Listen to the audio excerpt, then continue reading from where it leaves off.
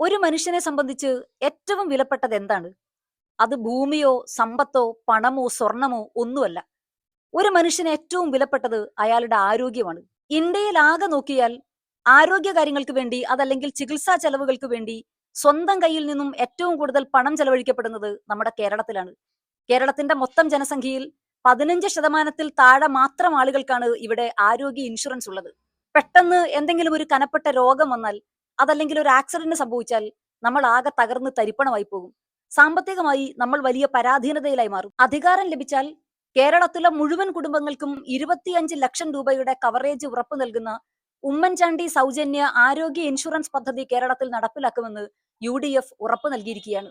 കാരുണ്യത്തിന്റെയും കരുതലിന്റെയും രാഷ്ട്രീയവുമായി കേരളത്തിന്റെ മണ്ണിൽ എന്റെയും നിങ്ങളുടെയും ഒക്കെ കൺമുന്നിൽ ജീവിച്ചു മരിച്ചുപോയ പുതുപ്പള്ളിയിലെ പുണ്യാളൻ ഉമ്മൻചാണ്ടി സാറിന്റെ പേര് തന്നെയാണ് ഇങ്ങനെ ഒരു പദ്ധതിക്ക് 100% അനുയോജ്യമായത്.